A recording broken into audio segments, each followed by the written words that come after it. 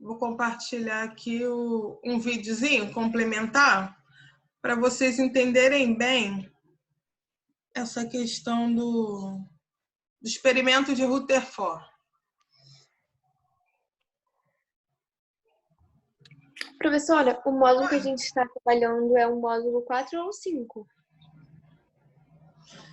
Posso confirmar aqui com você agora, mas é o módulo 5, né? Tabela periódica. Deixa eu só confirmar. Para não falar errado, mas é o módulo 5. Deixa eu só passar aqui, compartilhar, para vocês verem essa questão do experimento. Que é bom ver na prática.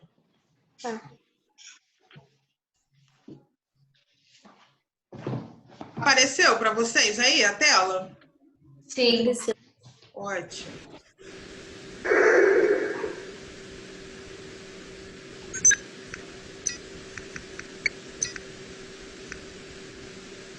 Para realizar seu experimento, Rutherford utilizou um bloco maciço de chumbo com um orifício em uma das faces, uma finíssima folha de ouro, uma chapa fosforescente e uma pequena porção de material radioativo emissor de partículas alfa.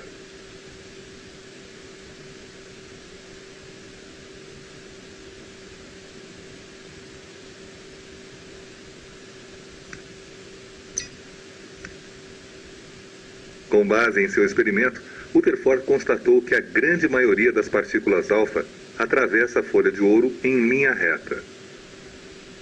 Ele constatou também que pouquíssimas partículas alfa são desviadas de sua trajetória.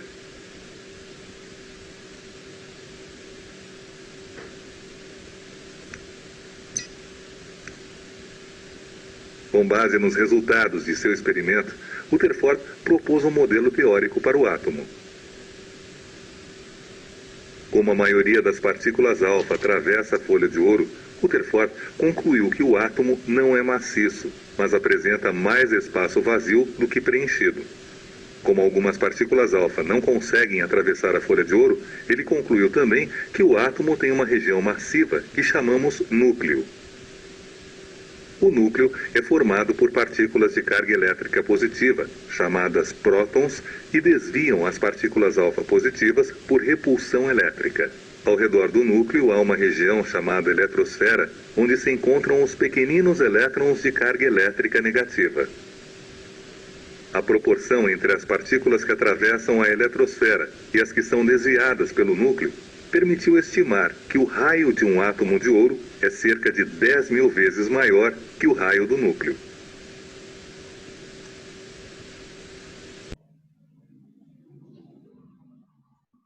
Pronto. Professora, os prótons é positivo? Prótons é positivo. Ah, tá. E os elétrons, então, é negativo, né? Negativo, isso aí. Então, ó, de acordo com o que nós vimos com o modelo de... Gente, como é que eu volto aqui? Eu sempre me embolo na hora de voltar.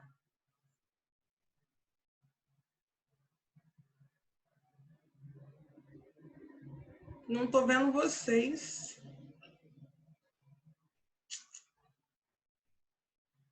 Bom, vamos lá, para a gente não perder tempo.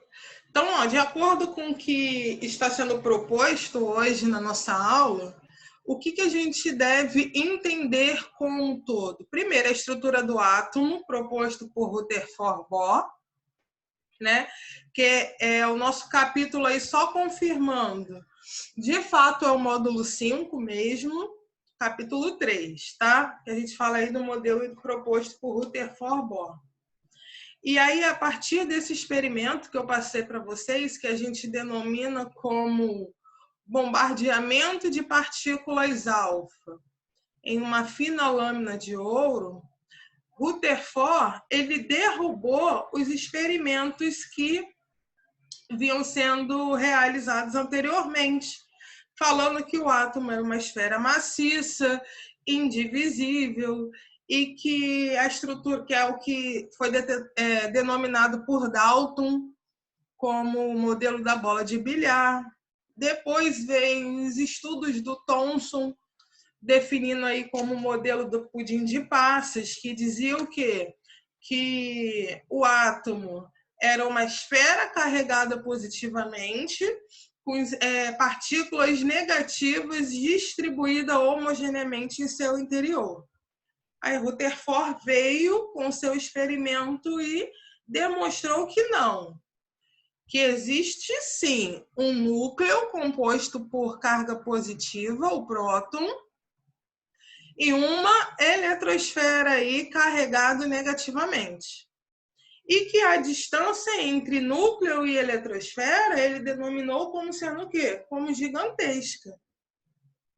E aí, a partir deste modelo atômico, Rutherford também estudou o quê?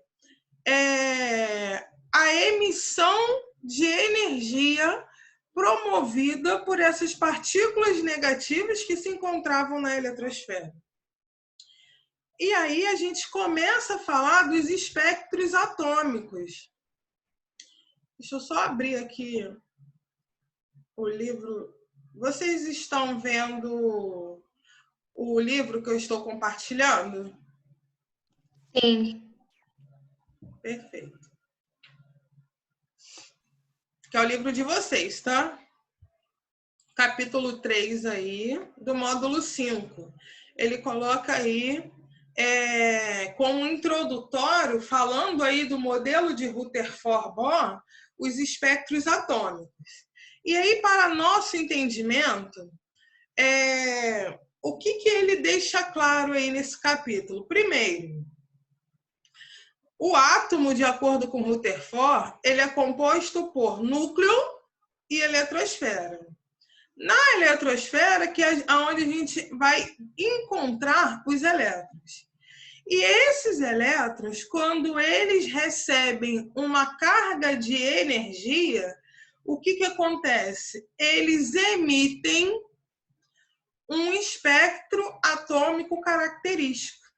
Isso que foi definido por Rutherford-Bohr. E esse espectro atômico característico, ele é caracterizado por colorações diferentes. Exemplo, tá aí o exemplo que eu coloquei aí, que está no livro de vocês.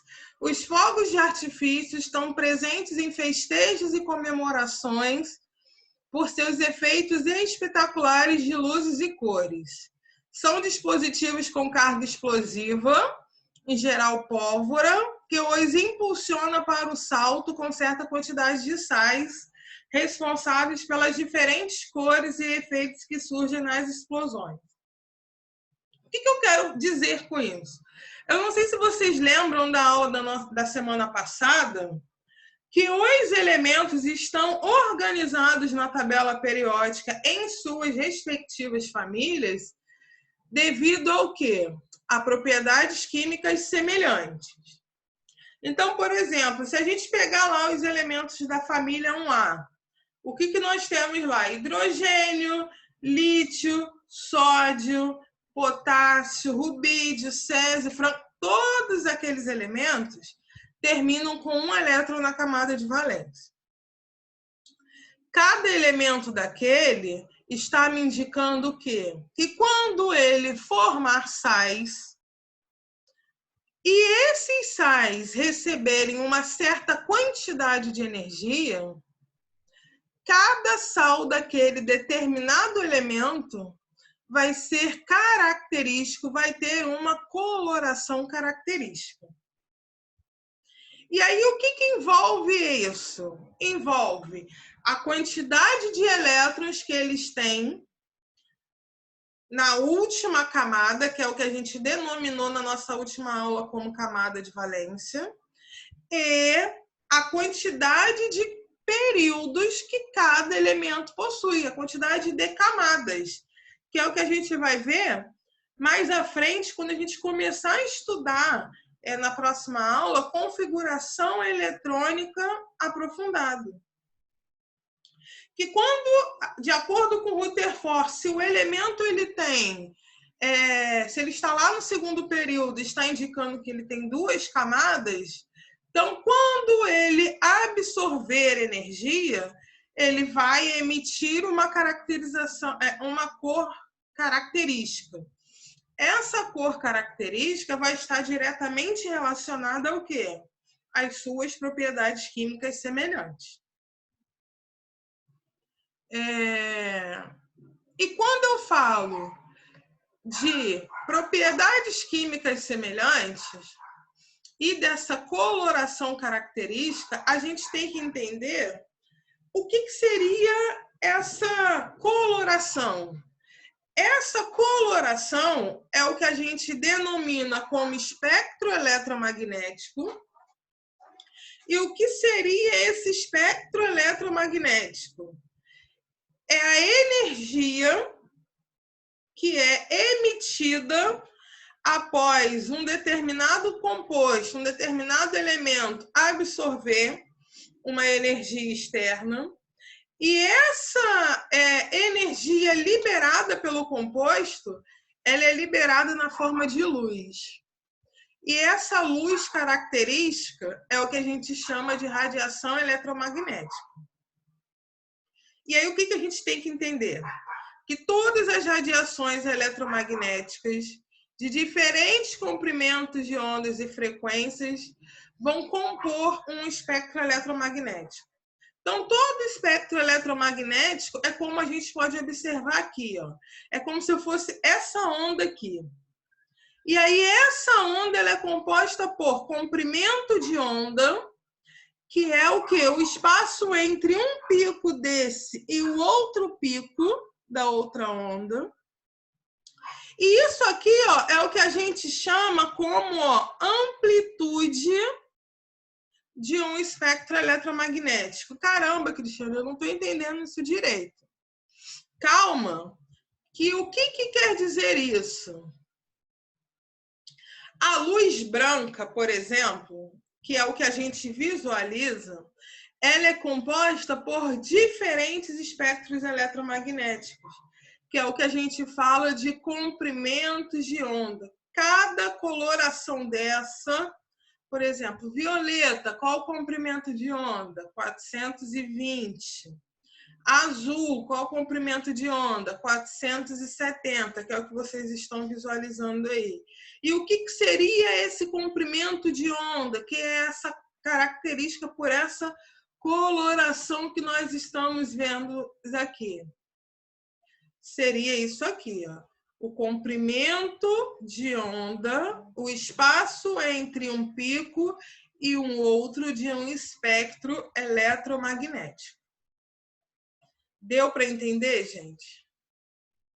Ou não? Professora, eu não entendi muito bem. O que você não entendeu?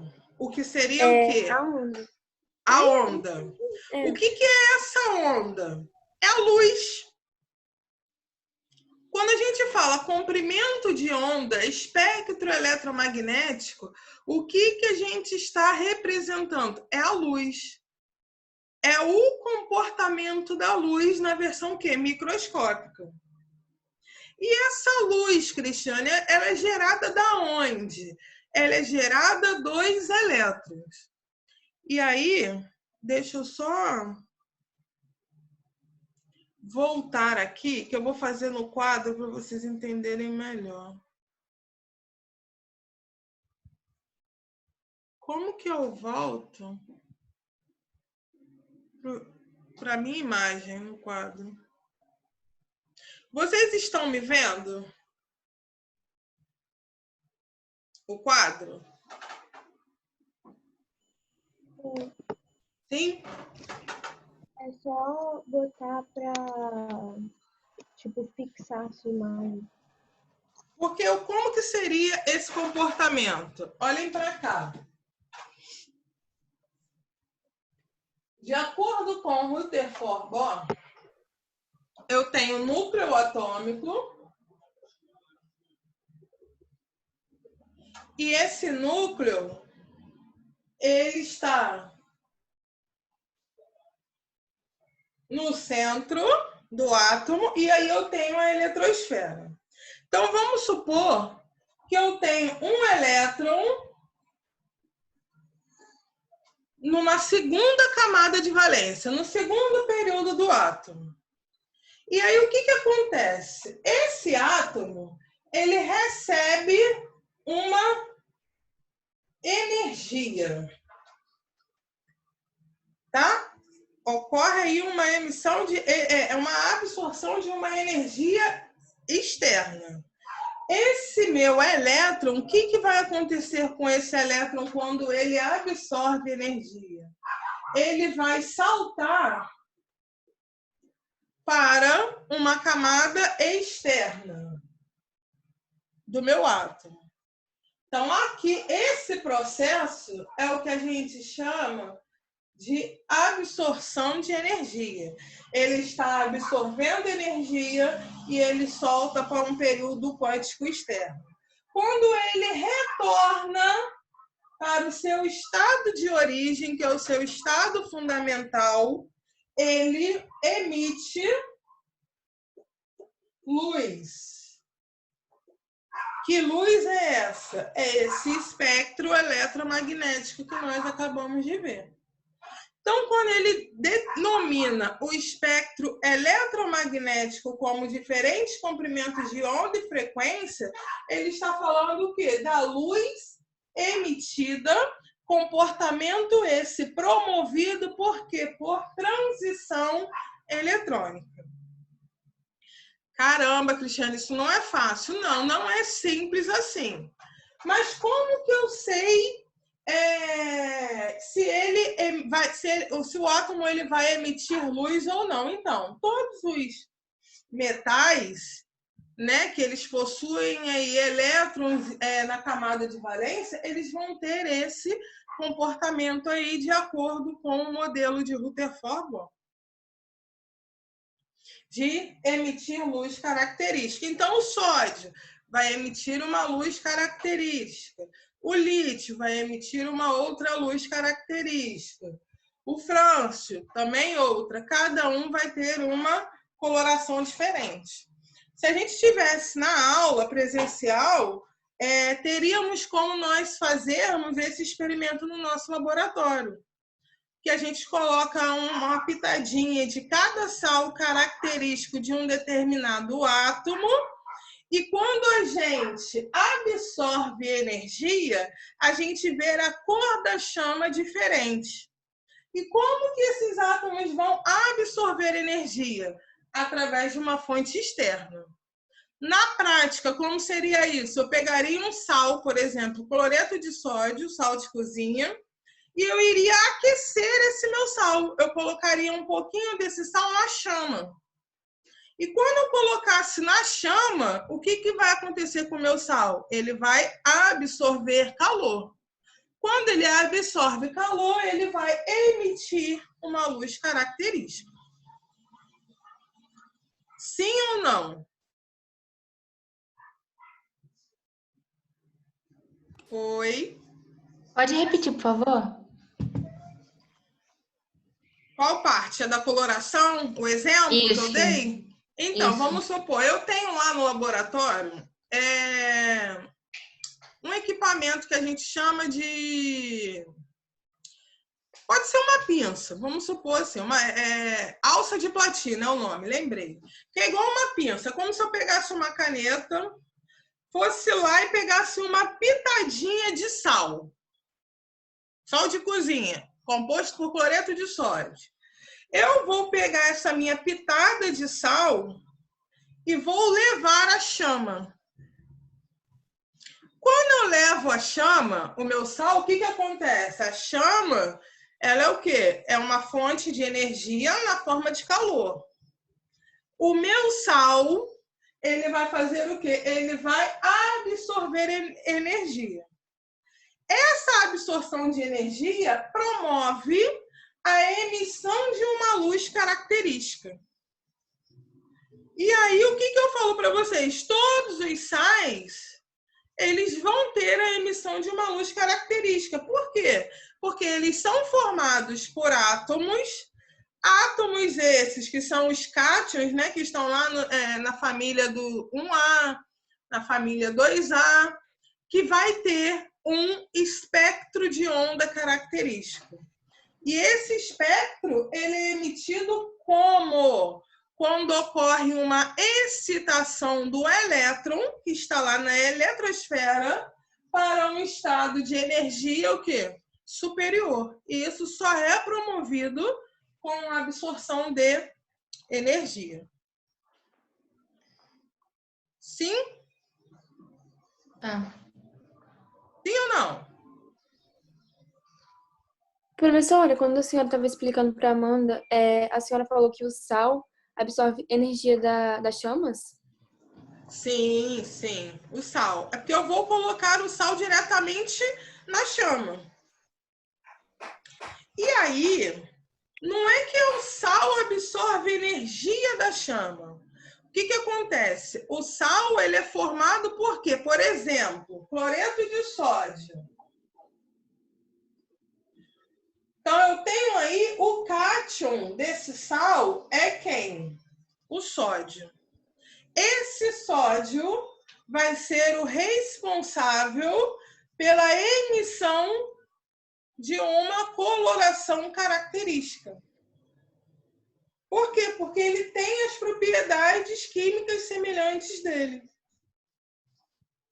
Ele possui lá um elétron de valência e quando ele absorver a energia na forma de calor, essa energia absorvida vai fazer com que esse elétron lá vá para onde? Para um estado de energia maior. Vocês vão entender isso melhor quando a gente estudar no próximo capítulo todas as camadas de valência. Porque o que acontece? O nosso material da UNOI, ele fala primeiro dos espectros para depois falar em 2 orbitais, das camadas de valência. Então, fica um conhecimento para a gente meio vago, meio amplo. Mas, nesse primeiro momento, o que a gente tem que conhecer? O que seria um espectro e como que cada átomo tem o quê? Uma coloração específica. E conhecer também o quê? Os comprimentos de ondas característicos, que são essas regiões aqui que nós vimos como espectro eletromagnético. Ó. Cada coloração dessa, ó, do roxo para o azul, para o verde, para o amarelo, isso é um esquema de quê? De uma amostra ó, contendo um elemento químico que após ele ser vaporizado, ou seja, após ele absorver energia, você tem aí comprimentos de ondas diferentes para cada coloração. Então tá aqui, ó, a luz emitida pelos átomos no vapor faz com que demonstre aí, ó, que cada comprimento de onda é característico para uma determinada coloração. Sim ou não? É enjoadinho, né? Essa parte que é mais teórica, não é? é. Mas não fiquem preocupadas, não, que ela é mais teórica. Ah, mas Cristiane, você vai cobrar isso? Não. A gente tem que entender como que é o quê? O comportamento da luz. Porque, por exemplo, quando a gente fala assim, a luz é branca. Não. A luz ela é composta por todas essas cores. Violeta, azul, verde, laranja, vermelho. O que a gente visualiza é a junção que nos dá esse aspecto de coloração branca. Mas cada comprimento de onda formadora da luz tem uma coloração característica. Tá? Então, por exemplo, tá aqui, ó, aplicação disso na prática. Raios gamas, tratamento de câncer, por exemplo, ó, 10 a menos 11, em torno de 10 a menos 11 comprimentos de onda. O que eu vou fazer? Eu vou ter um equipamento específico E esse equipamento específico, eu vou selecionar ele numa determinada posição para que ele emita comprimentos de onda, espectros de comprimentos de onda, nesta faixa aqui, ó, de 10 a menos 11. Então, a luz que vai sair do meu equipamento vai ter essa faixa aqui, ó, de comprimento de 10 a menos 11. Para quê? Para que eu consiga realizar esse tipo de tratamento de câncer, por exemplo, que é através dos raios gama.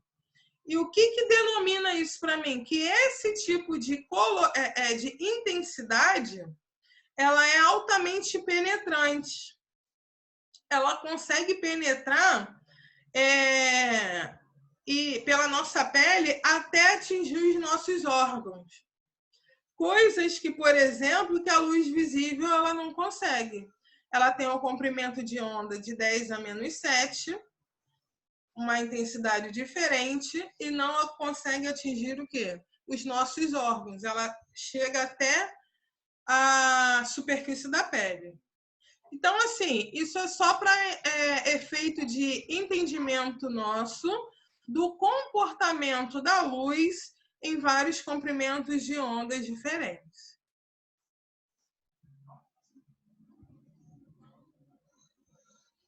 Então, aí, para a gente concluir essa parte aí, falamos do modelo de Rutherford-Bohr, né, que envolve o quê? Que o átomo ele é composto por núcleo e eletrosfera, núcleo, partículas positivas, os elétrons na eletrosfera, sabendo que existe um espaço entre núcleo e eletrosfera. Por que esse espaço? Porque é na eletrosfera que é característico pela absorção de energia para a emissão de luz aí, que vai variar de um átomo característico de um elemento químico para outro. E lembrando que na prática tem como a gente identificar essas cores do espectro de emissão, são as cores características, como levando aí um determinado sal e deixar esse sal exposto a uma chama, que é como está determinado aqui, ó. Elementos químicos emitem uma cor característica quando submetidos à chama de um bico de Bunsen. Essas cores ocorrem porque as frequências das radiações que compõem a luz apresentam aí relação de proporcionalidade à energia quantizada emitida pelo átomo. Então, vai depender da energia quantizada aí pelo átomo. E essa energia quantizada pelo átomo, ela está diretamente relacionada com o quê? Com a excitação eletrônica de um orbital, de uma camada, para uma mais externa. Que é o que está dizendo aqui, ó. As cores das linhas dos espectros de emissão estão diretamente relacionadas à diferença de energia entre as órbitas em que ocorrem as transições eletrônicas. Isso explica porque o espectro de emissão é único para cada elemento químico. As energias das suas transições eletrônicas possíveis também são exclusivas. Isso significa o quê? O sódio emite uma coloração, o potássio uma outra, o lítio outra, o rubídio outra, porque cada um tem a sua propriedade química específica, que está diretamente relacionado com a quantidade de camadas que o átomo possui, a posição que ele se encontra na tabela periódica. Ok? Falei muito na cabeça de vocês? Um pouco. Um pouco, né? Fiquem tranquilos, não se apavorem, não. Então, agora, o que vocês vão fazer?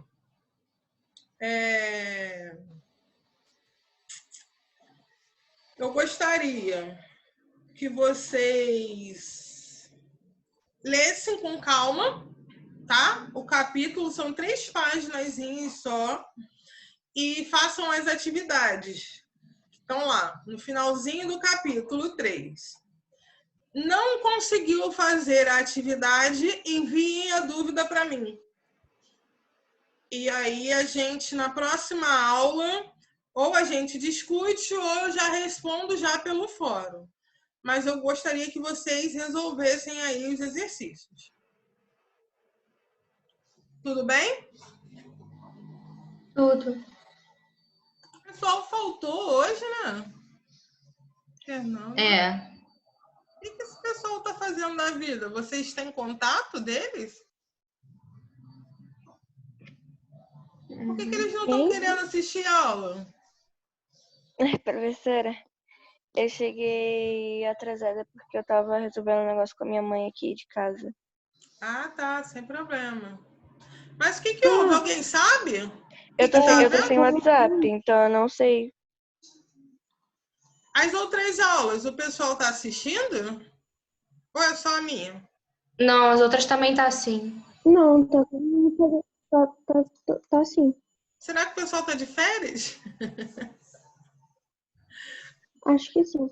Mas é que a Rafa pediu pra eu te avisar que ela teve que ir pra Cabo Frio fazer um exame hoje. E aí ela não pôde fazer as aulas. Ah, entendi. Então tá bom, então. Então, ó, vamos lá. Tarefa, resolver as atividades. E qualquer dúvida, qualquer uma que seja, eu estou à disposição. Lembrando que na semana que vem, o nosso horário vai permanecer 11h30, por regra da instituição, tá, gente?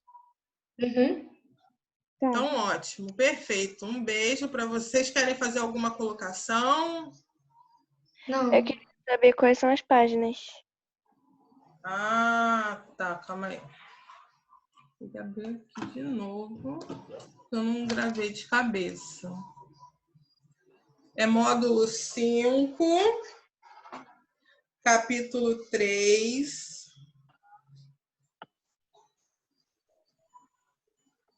É página 17, né?